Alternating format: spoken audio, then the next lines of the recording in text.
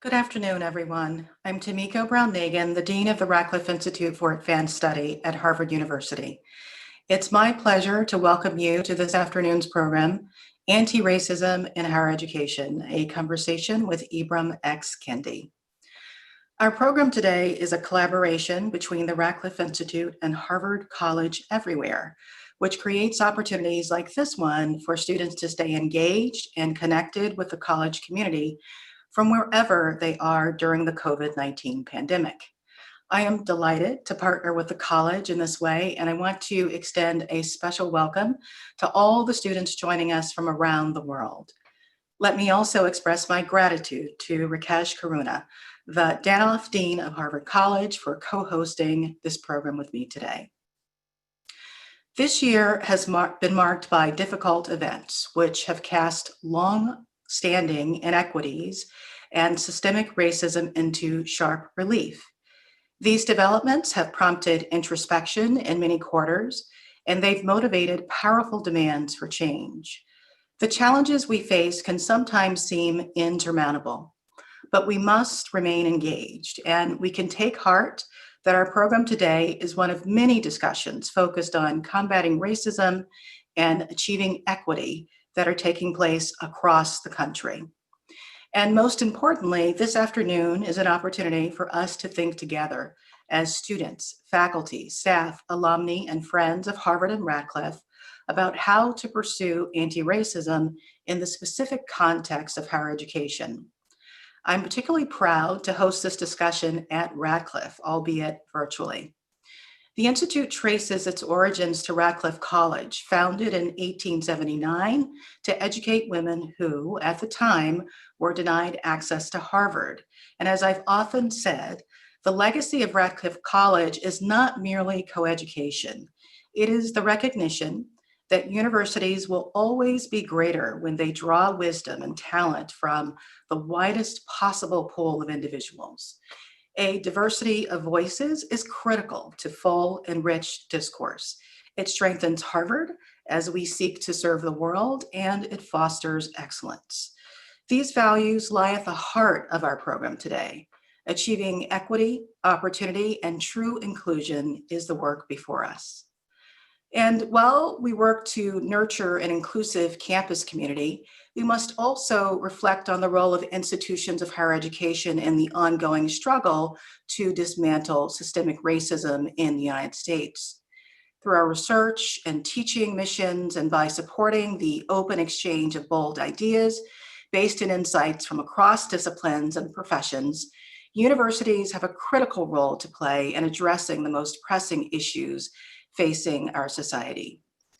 As we explore the topic of anti-racism in higher education this afternoon, Rakesh and I are truly honored to be joined by Professor Ibram Kendi. Ibram is the Francis B. Cashin Fellow here at the Radcliffe Institute.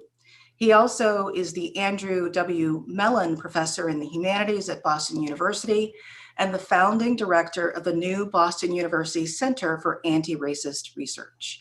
He also is the author of the New York Times #1 best-selling book, How to Be an Anti-Racist, and its recently published companion work, Be Anti-Racist, a journal for awareness, reflection, and action.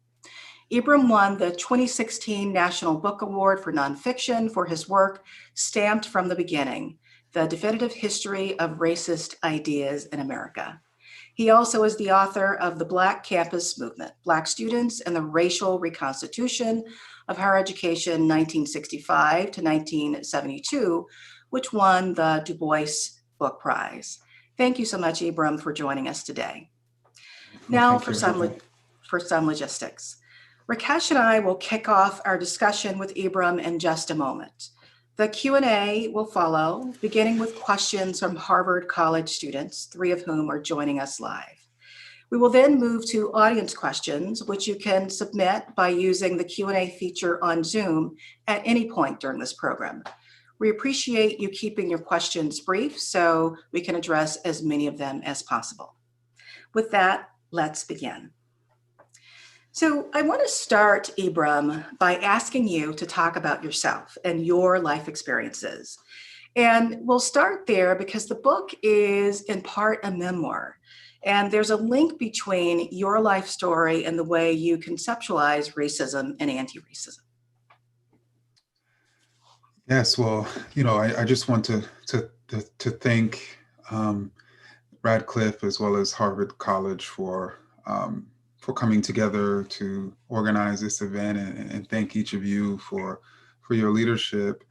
And in many ways, my story is different and similar to the stories of many people who came of age in the 1980s or even the 1990s. And what I mean, especially in the 1990s, this was a decade when Americans, really in both political parties, even Americans of different racial and ethnic backgrounds, were commonly considering Black youth to be the problem, to be a menace to society, to be those who don't value education and therefore need no excuses schools, are to be people who are so violent and dangerous that they're super predators, to that Black girls were having too many babies because they wanted more welfare. It was all of these ideas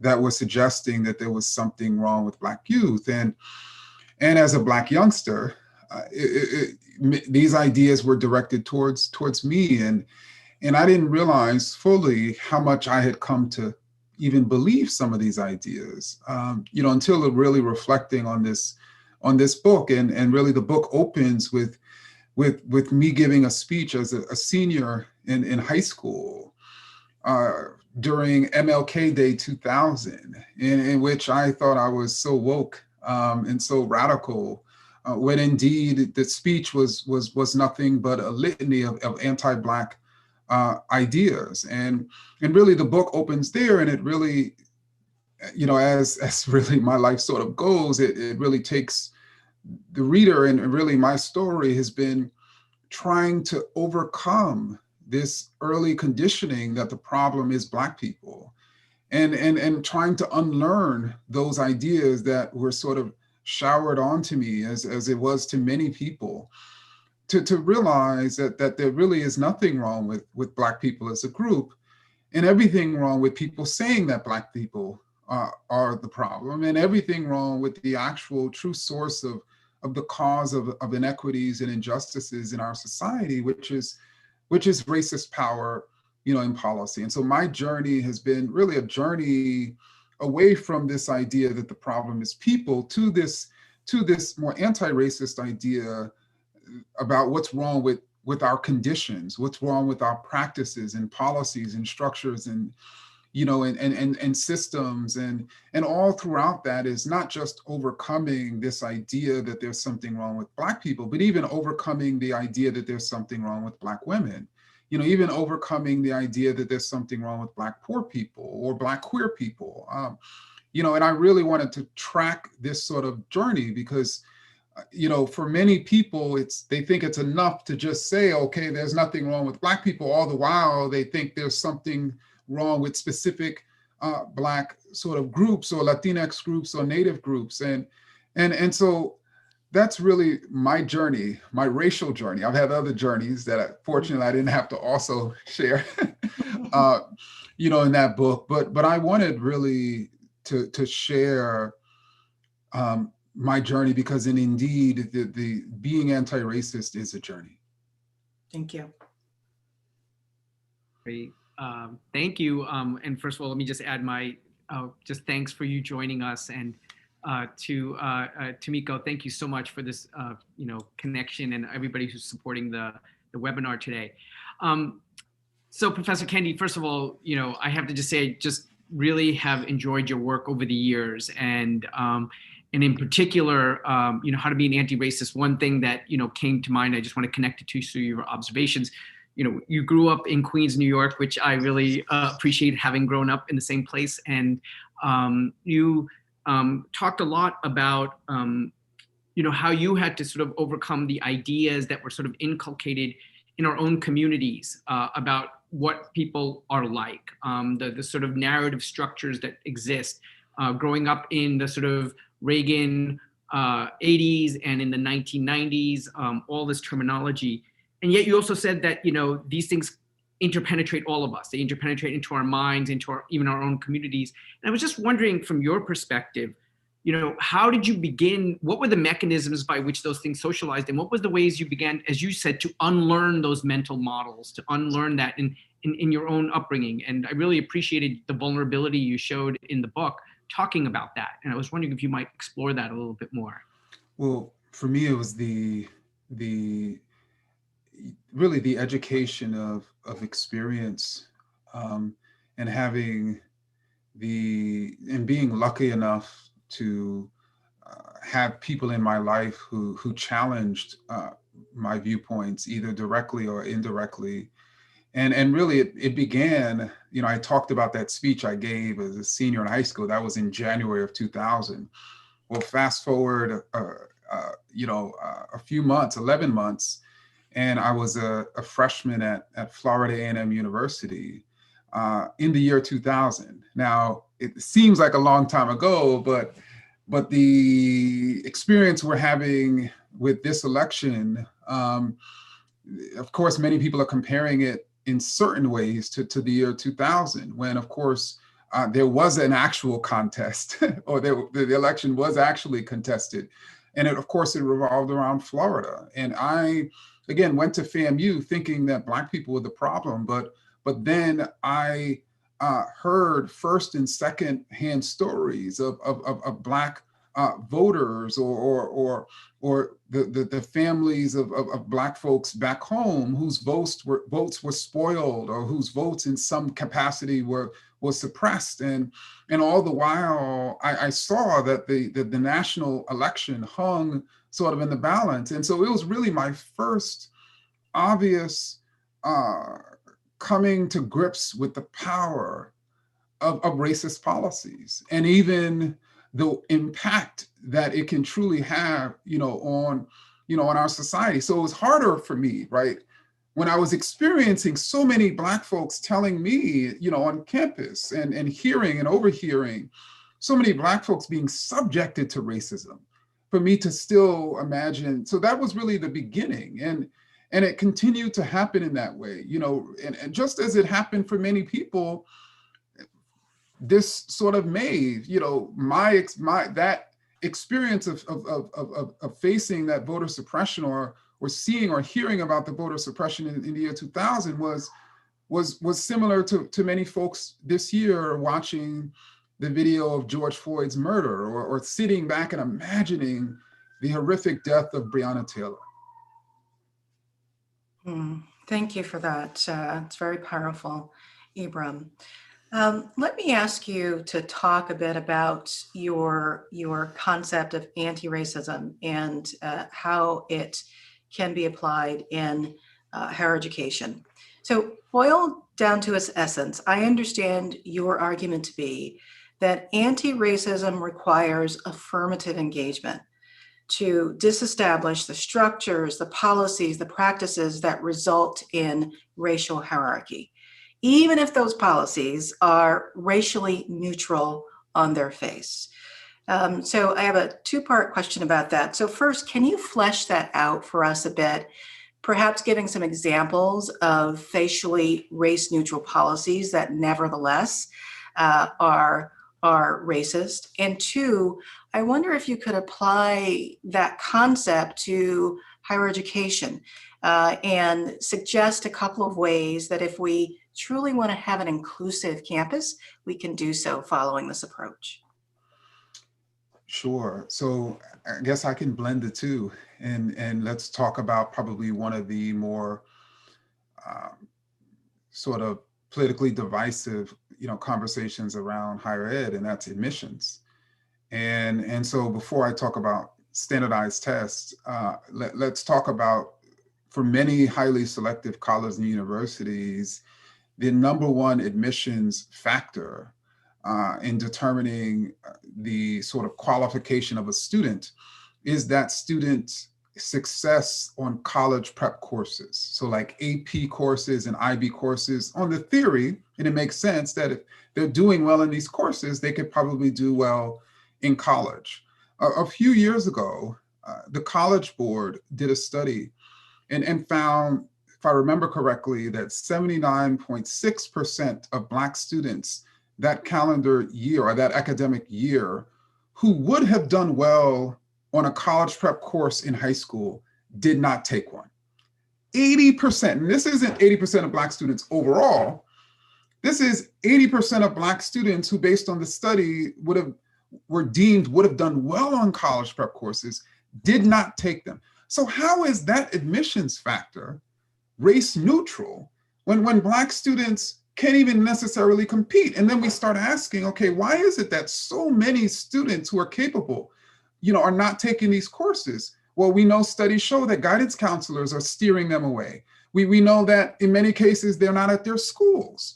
But that's, again, considered race neutral. And we also know that of course, SAT tests are more predictive of the wealth of the parents of test takers than they are the success of students, at a particular college or university. And we also know that white median wealth in this country is 10 times the Black median wealth in this country. We also know that there's a multi-billion-dollar test prep industry where wealthier parents who are disproportionately white and even Asian, and typically the test prep companies are concentrated in their neighborhoods, have the ability to essentially legally cheat.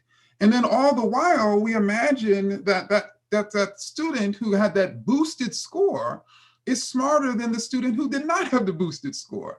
And I think that we really need to reflect and even rethink, those factors. Because, and let me just say that for me, as you stated, Tomiko, the question is not the intention of the policymaker.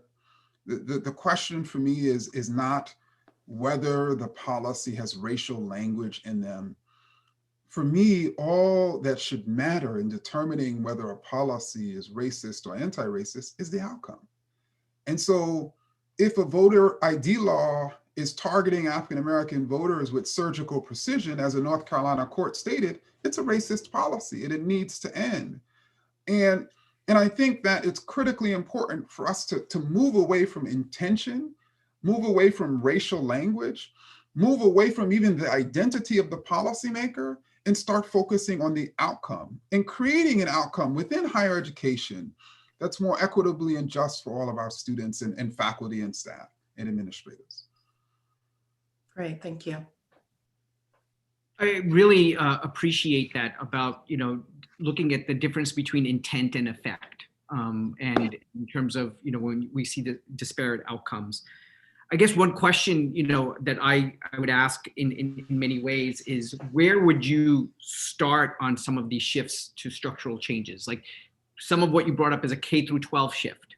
And that obviously relates to how schools are even populated, how they're funded, how they're financed. Other aspects have to do with the transition or even the awareness of opportunities like colleges and universities, financial aid, the fact that you have to take AP exams or you don't, or those institutions can reimagine what those kind of prerequisites would be.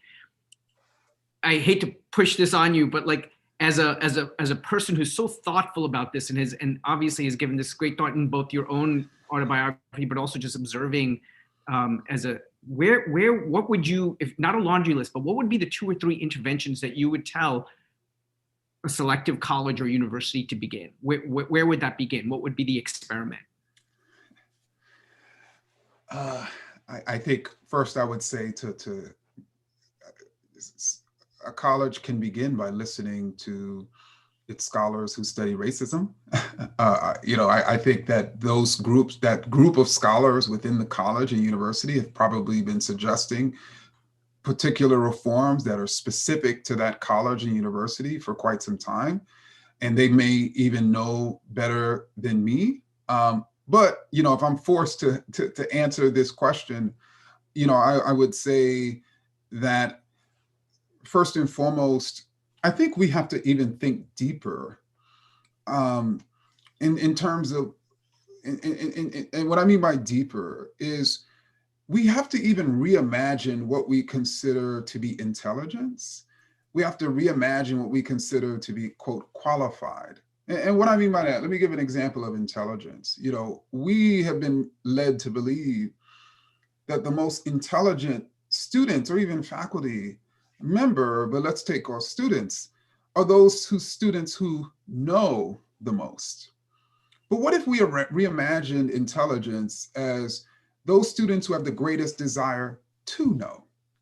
And what if we can measure that, right? I know, I don't know about you, Rakesh, I don't know about you, Tomiko, but I would rather have in my class students who have a tremendous desire to know rather than the kids who think they know it all. And how would that shift sort of how we're assessing sort of students, and how would that even equalize, you know, the wealthy student and the more impoverished student? Because desire to know really cuts across ethnicity, it cuts across class, you know, it cuts across race, it cuts across gender and sexual orientation. But I also think that even sort of shifting the purpose of the university, right? You know, I think that the purpose of the university should be that, well, first, let me back up and say that the university is typically housing some of the greatest sort of experts in a particular field, you know, in the community, in the nation. But oftentimes those experts are not, they're not out front shaping the minds of everyday people. Typically it's other folks. And in a way that those minds are not incentivized to translate their work for everyday people. Instead, they're incentivized to talk to other scholars. Those scholars are not incentivized to transition their research into evidence-based policy change. And so even the whole incentive structure, you know, I know in the social sciences and humanities, you know, we're not necessarily incentivized to do team-oriented research. But if you actually, the only way in which you're going to answer, for instance, why is it that there are these disparities, or why is it that there's more housing insecurity in a Black and Brown community? You need an interdisciplinary group of scholars. You just can't have one expert at the table. But we're not incentivized in many ways to come together, you know, as scholars to solve common problems that really affect, you know, the world. And so I think even our incentive structure has to change. Certainly scholars are not incentivized to participate in diversity work, right? And so then you have a scenario in which those typically faculty of color, you know, are, because of their commitment, you know, are now essentially being unpaid diversity workers. And so let me stop there. Well, Rakesh is going to ask the next question, but I do want to note, Ibram, that what you're saying is in many ways music to my ears, because it's a part of the project that we're engaging in now at Radcliffe, really trying to think about pushing or inviting scholars to campus who are interested in these pressing problems and engaging in the project of helping them translate their scholarly output so that the broader public can hear it and in a way that it's valued by the university. So thank you for saying that, Rakesh. Yeah, no, I think that's really important. And we're going to look forward, I think, to also hear a little bit about, now that you will have the center, what are the ways that you're thinking about doing that, having that conversation? I'm wondering if I might just sort of dig in a little bit to what you just brought up about, you know, how do we get that, first of all, greater pluralism about the ideas of what research is, the fact that people also want to bring in identity with research about making change in the world, policy implications, activism, those type of things. It seems that one of the prerequisites, and I was wondering if you might help me kind of just think through this a little bit, is to have these difficult conversations, as you've been talking about, in your book about where we kind of willing to re-examine our taken for granted assumptions, re-examine our points of arrival, and really engage in this hard work. I want to sort of also juxtapose that with a sense that it seems harder for people to listen to each other, or listen with the same intensity that, they also want to be heard. I hear from students sometimes that they want to explore these topics, but they don't know how to do that in a way that would allow for kind of mutual engagement and exploration. What have you found in your work as you take on these really tough topics that require kind of the reflection and kind of almost praxis that you're describing, that allows for that dialogue across different disciplines, but also just different life histories and social histories and different identities, racial, ethnic, gender, sexual orientation, political. What are you finding that works, and what are you finding that doesn't work? Well, first, one of the stories that I told in How to Be an Anti-Racist were these two Black queer feminists who, in many ways, directly and indirectly, exposed me during graduate school to Black feminism, and I write about the ways in which I was just deeply intimidated by them, not because they were necessarily like, overbearing in any way, but they were just brilliant. And oftentimes we run away from the brilliant folks when we should be running towards the people who intimidate us with their brilliance, who challenge our sense of self, who challenge, our ideas. But the reason being is we oftentimes consider those folks and even those ideas to somehow be destroying us as opposed to constructing us, right? And I think fundamentally, when we think about learning, and when we think about living as essentially a praxis of growth, right? And then how do we grow? We grow just like we grow sort of muscles in which we're constantly breaking down and rebuilding. I think we have to have that sort of sensibility. But I also think specifically as it relates to race and racism and even being racist is one of the reasons why I think people avoid and are really fearful, about engaging in these conversations is because how they define the terms. And so it's this common sort of belief that the term racist is this fixed identity, that is essentially fundamentally who a person is. And what I've been trying to sort of demonstrate through history, through anecdotes, through evidence, is that indeed no one is essentially and fundamentally racist or anti-racist.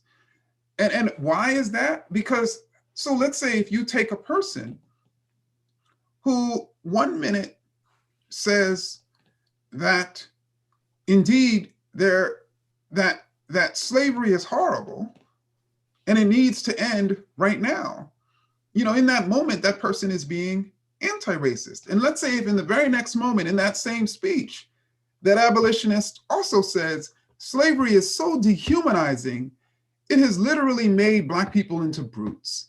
They are literally subhuman. And so when slavery ends, we can't give them civil and voting rights. No, they first need to be civilized first. In that moment, they're being racist. I'm emphasizing this because there were so many abolitionists, as our scholars of abolition will tell us, who held both ideas, right? Just like you had civil rights activists who on the one hand stated that Jim Crow segregation was horrible and needs to end, but then on the other hand stated we need to get rid of all those horrible Black teachers. And so I think that we have to recognize the human complexity, and we have to recognize the ways in which people hold both racist and anti-racist ideas, and obviously support both racist and anti-racist policies. And the way we do that is by saying, yes, when you're expressing that anti-racist idea, you're being anti-racist, but when you're supporting and pushing that racist policy, you're being racist, and you need to recognize that so that you can get on this path to be anti-racist. Hmm. So, Ibram, I think that aspect of your work is just truly powerful, significant, realizing the complexity of human beings and promoting the idea that we all are striving towards this goal of being, anti-racist and truly inclusive. It's so important. We're going to shift to Q&A in just a moment, but I want to ask one last question, and that is about the wild success of your work, including how you've been able to reach a broad public, and then some of the criticisms of your work.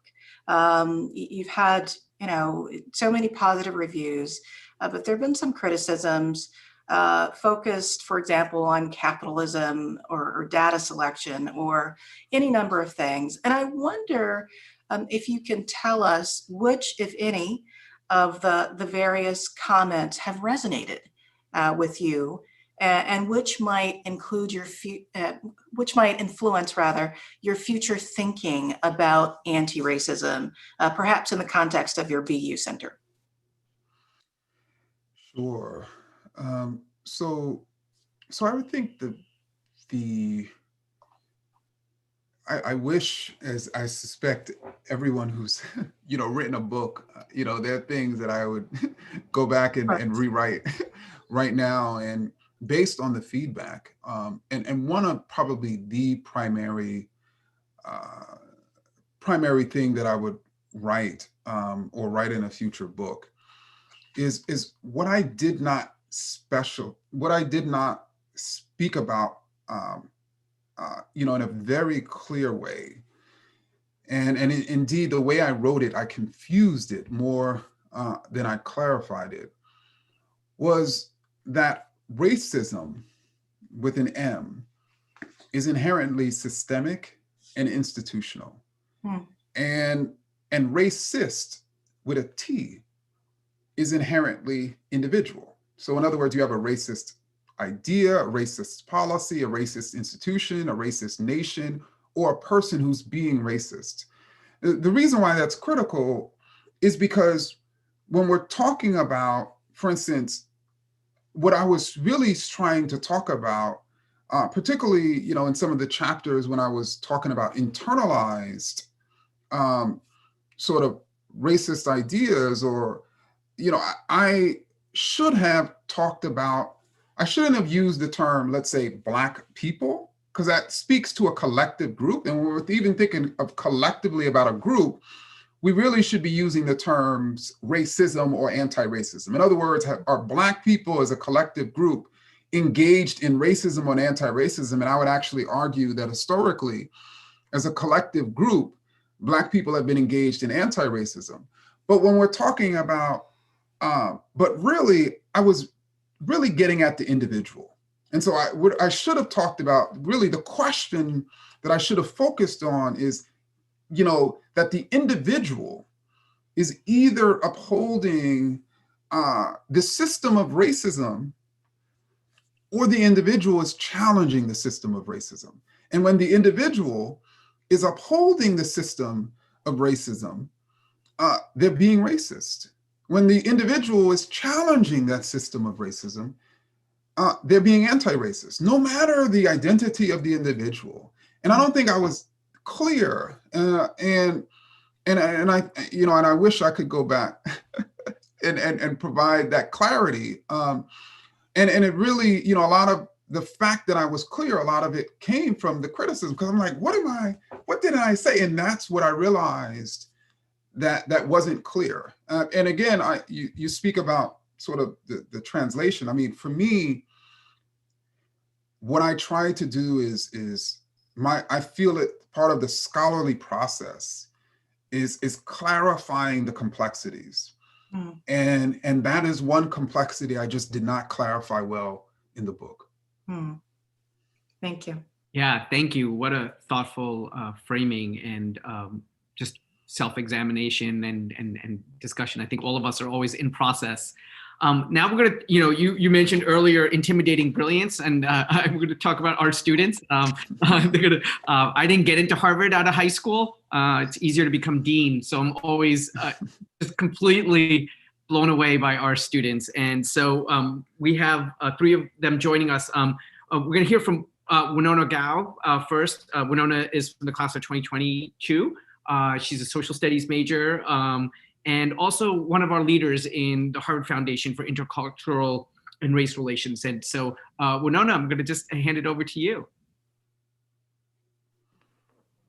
Thank you, Dr. Kendi, for sharing your time with us. I was reading your piece from last year in The Atlantic. There is no middle ground on reparations. And in the piece you wrote of reparations, it is a litmus test for whether a person is being a racist or anti-racist when it comes to one of the most damaging racial inequities of our time, of all American time, the racial wealth gap.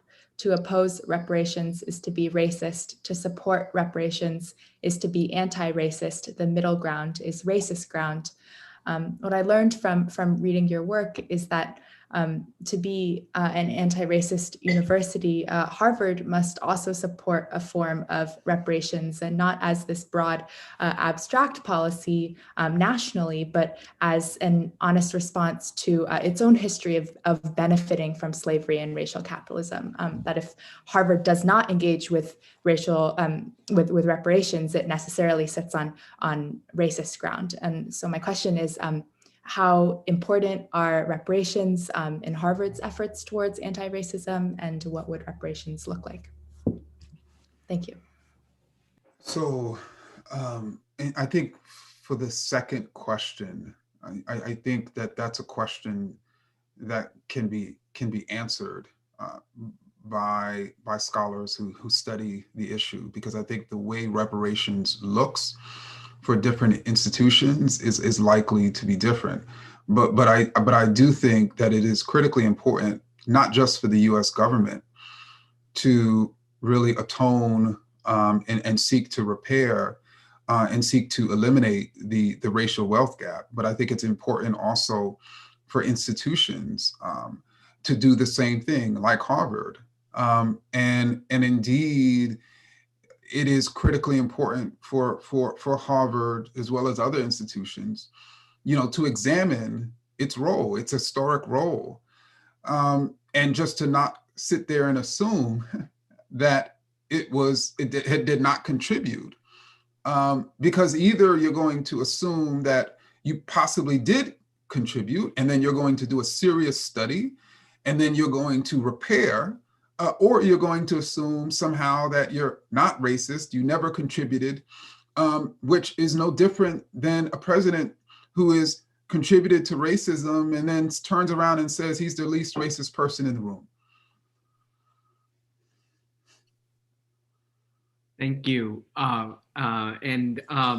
This is a really, important topic. And I know that this is something that Radcliffe has been doing. There's a lot of self-reflection also at the Harvard Law School and all of these this examination.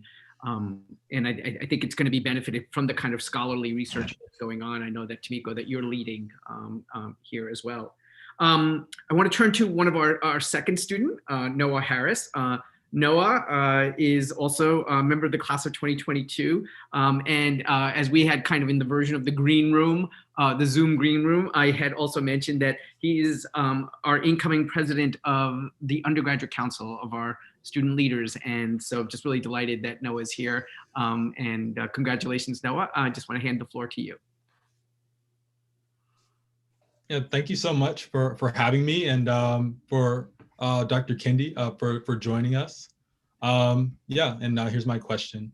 With regard to sustaining pressure to make large institutions anti-racist, are there benefits to thinking about racism, to anti-racism as a continuum? And how else might we communicate that an institution is still racist, but is making important progress toward achieving actual anti-racism? Well, thank you so much, Noah, for that question. And so let's say, for instance, there are many different ways in which an institution needs to reflect on itself.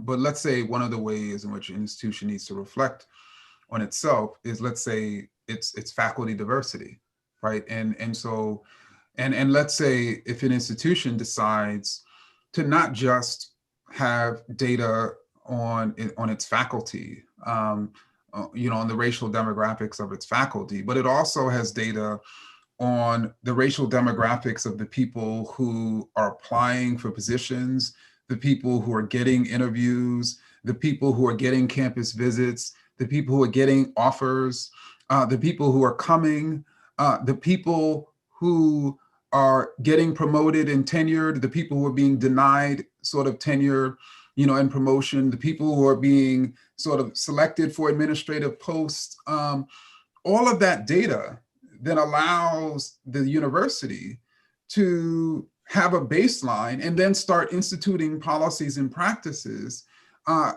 particularly at the points where the disparities, are the worst, and then essentially continue to assess its success or lack thereof. That's not something that's unheard of. I mean, obviously there are not many, there are some colleges who are doing that and who are doing that seriously. And so obviously if a college is further diversifying the faculty, or further diversifying their pools, or further diversifying those who are getting, tenure and promotion, that is success. But I don't think the college should then state that it has succeeded. And I think that's the sort of issue. Yeah, I think there has to be a recognition of success, but then there cannot be considered to be that they've succeeded. Thank you. Thanks, Noah. Thanks, Professor Kendi. Really thoughtful response. And it's interesting how much for me, even in your conversation and the questions, so much of what you're talking about is a verb. It's like a constant process. It's not an end state. And I think it's really great. We have another student with us, and then I'm gonna hand it back to Tomiko for our other audience Q&As. Gayatri Balasubramanian. Gayatri is a class of 2021 student, so she's a senior. She's a computer science concentrator and a student leader in Army ROTC, and also a varsity sailor. And just really glad to have you, Gayatri, here. Thank you, Dr. Kendi. My question, so I am a Hindu student, and when I see racism in the university, I see it through the construction of scholarship. So how can we as students and faculty of Harvard community dismantle intellectual slavery? And by that, I mean the Western normative lens through which non-European cultures, like my own Hindu heritage, have been and continue to be disunderstood and written into history as inferior. Well, I think you could probably answer that question. But what I would say is first and foremost, there has to be an acknowledgement, that indeed there is intellectual sort of slavery, that indeed the curriculum is colonized, that indeed many of the thinkers who introduced and founded anthropology or sociology or history or literature or you name the discipline, that many of some of those scholars were on the faculty even at Harvard, when they created and advanced that form of scientific racism. And so there has to be an awareness of its existence currently. There has to be an awareness and a tracking of its history.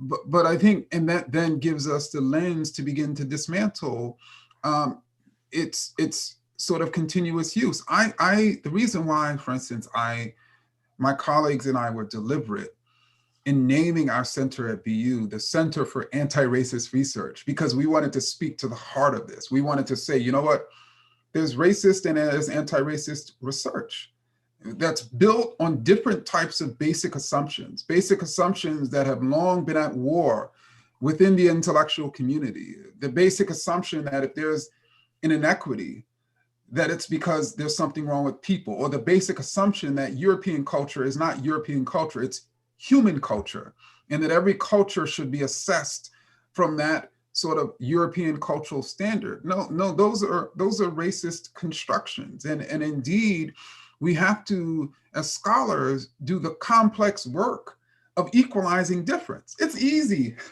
for us to just assess, cultures from the normative standards of white people that's been taught to many different folks. It's much harder for us to really conceptualize different cultures and learn different cultures, and even not assess other cultures from our own cultural standards. It's much harder. That's the irony, is the people who consider themselves the smartest do the easiest work. It's much harder, to appreciate cultural diversity. It's much harder to ask the question, well, what's wrong with systems and structures and policies and conditions, than it is to say, well, what's wrong with those Indian Americans? What's wrong with those Black Americans? What's wrong with those Native? It's much easier to ask that question and then claim there's something wrong with them culturally or behaviorally. But then those very scholars imagine that they're the most superior. Thank you. I'm going to hand it back now to Tomiko. We have some questions coming from the audience. Indeed, we do. Thank you so much. And they're good ones. The first that I want to pose to you, Ibram, is this one. How do you feel the Black Lives Matter movement has affected public awareness of what it means to be anti-racist? And from both an individual and a societal perspective, how can we keep that momentum and accountability alive so that actively educating oneself to be anti-racist is a long-lasting endeavor? Well, I would answer the second question very simply, for us to realize that no one becomes an anti-racist. It is only something we can strive to be. And so that's what keeps us. It's a destination. There is no destination. It's a journey of really consistently ensuring that we're supporting anti-racist policies and policymakers, and that we're articulating anti-racist sort of ideas, and we're constantly unlearning, disconditioning. But I think for the first question, I think it's been just absolutely critical. The call, let's understand the context in which, how and why those three words, Black Lives Matter, came to become sort of one of the defining three words of our time. You literally had, not only did you have Black people, particularly unarmed Black people, dying consistently or being killed or murdered by police, but you also had society then blaming those Black people for dying. Then you had many prosecutors and other officials basically not bringing charges to those officers who killed, or in the case of some, not bringing charges. And so what did that say? What did that say for Black folks? What did that say for folks who love Black people? That Black lives do not matter? No, but Alicia Garza was like, no, Black lives do matter. And all of those folks who are Black, and even who are not Black, who value Black life, and to value Black life is an anti-racist value, of course, latched on to that term that indeed all Black lives sort of matter. And so I know it's been everything for me. I know it's been everything for many people. And indeed, I wrote both Stand from the Beginning and How to Be an Anti-Racist during the Black Lives Matter era, inspired by those three women who conceived of or popularized, that term. That's great. And I'm really happy that you mentioned that you wrote the earlier book during the Black Lives Matter era, because of course it's been ongoing. It has newly captured the public imagination after the killing of George Floyd, but this movement has been going on for a very long time. And I can remember, giving a talk not too long ago when Black Lives Matter did not, it was not considered, it was considered controversial, the movement. And so Yes, that change has happened relatively recently. So a second question. In her book, Caste, The Origins of Our Discontents, Isabel Wilkerson presents a strong case that racism in the US is a manifestation of a caste system that was transported to North America from Europe 450 years ago. So she seems to argue that unbuilding racist power structures and policies and repairing their devastation necessitates the elimination of the American caste system, that addressing racism separately won't get us there. And this questioner would like for you to react to that. So I think one of the reasons why, even in How to Be an Anti-Racist, I wanted to have a conversation about, not only racism, but also ethnocentrism, but also notions of cultural hierarchy, but also capitalism, but also sexism, but also homophobia, is because I wanted people to understand that racism is indeed one form of bigotry, and it's indeed intersecting with other forms, of bigotry, other forms of bigotry that are leading to many different forms of injustice and inequity. And to truly create an anti-racist society, we have to challenge every sort of form of bigotry. Now, whether we're going to call those collective forms of bigotry a caste system, or whether we're going to call it bigotry, I mean, I think if folks want to call it caste, I'm perfectly fine with that. They want to call it another term, I'm perfectly fine with that. But I agree with the principle that indeed it's part of a larger sort of system that we need to dismantle. Right, thank you. Another question. To impact racism, we especially need to win white workers over to progressive policies. How does your anti-racist framework apply to organizing, working at the grassroots in the community, at the workplace, or working at the policy making level?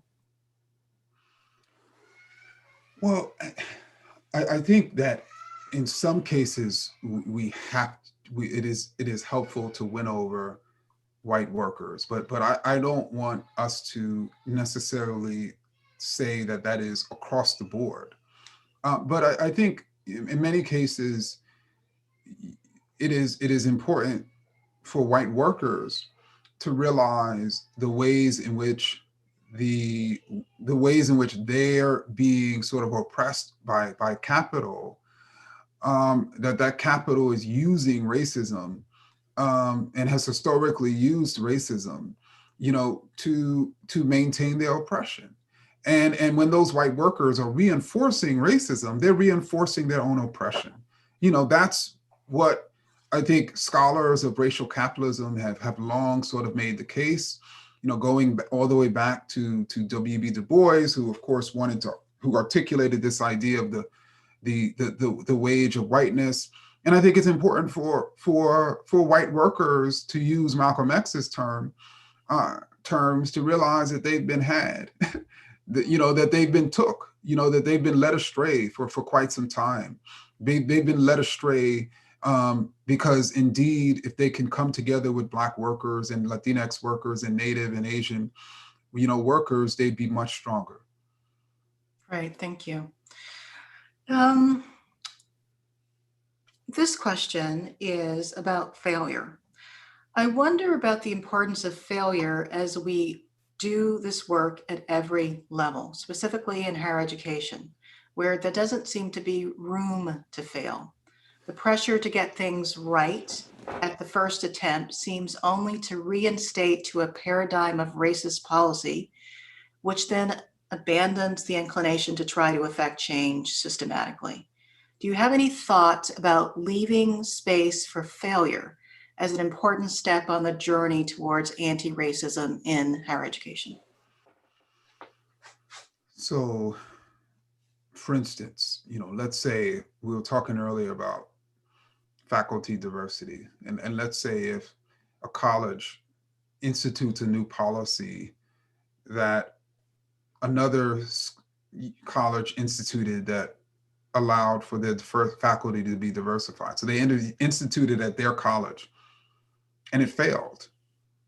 Then what happens next? That college says, you know what, this policy didn't work. Not those Black faculty or Latinx faculty, the policy didn't work. So we need to go back, to the drawing board. When we're focused on outcome, that allows us to consistently, if we fail, we continue moving along until we succeed.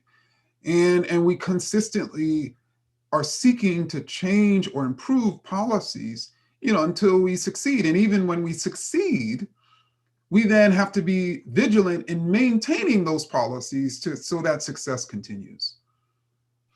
Great. And I'll end with one final question. I think I probably know the answer to this, but let's put it out there. Would you support and/or advocate for a policy mandating anti-racism course requirements for all undergraduates through a school's Common Core? Yes. Okay. Very good. Thank you, Rakesh. Well, I just want to, first of all, just thank you so much for what you've shared with us today, for your presence, for your just taking questions in such a thoughtful and responsive way. I mean, it is a challenging time in our society. And it's hard not to be an educator and believe that knowledge has a place and education has a place in actually changing the world. That if we can change the way we think and understand, we can change ourselves and we can change our world. And you have given us an incredible opportunity this afternoon to engage in that kind of conversation. To put ourselves in through your books. And again, I just want all of them, I encourage all of our viewers to engage with them, to put yourself in the perspective of someone else, to see behind other people's eyes, to hear from their perspective. It goes right to the possibilities for new futures and alternative futures. The vulnerabilities you've shown even in our Q&A shows us that authenticity is the solution, not our perfection. Or the performance of perfection, that authenticity is. And you've just really modeled that for us today. I'm grateful to you. I'm grateful to Radcliffe for this partnership, and especially grateful to everybody who's asked questions. Sorry we couldn't get to all of them, but I want to just again give a special shout out to our students for really helping us, and to Professor Kendi. Thank you so much. We're lucky to have you part of the New England and Boston community, and we look forward to working with you and learning so much from you.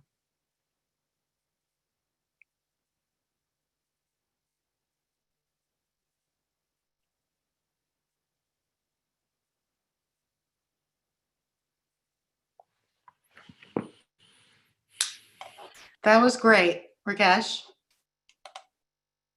Thank you. Oh yeah, thank you.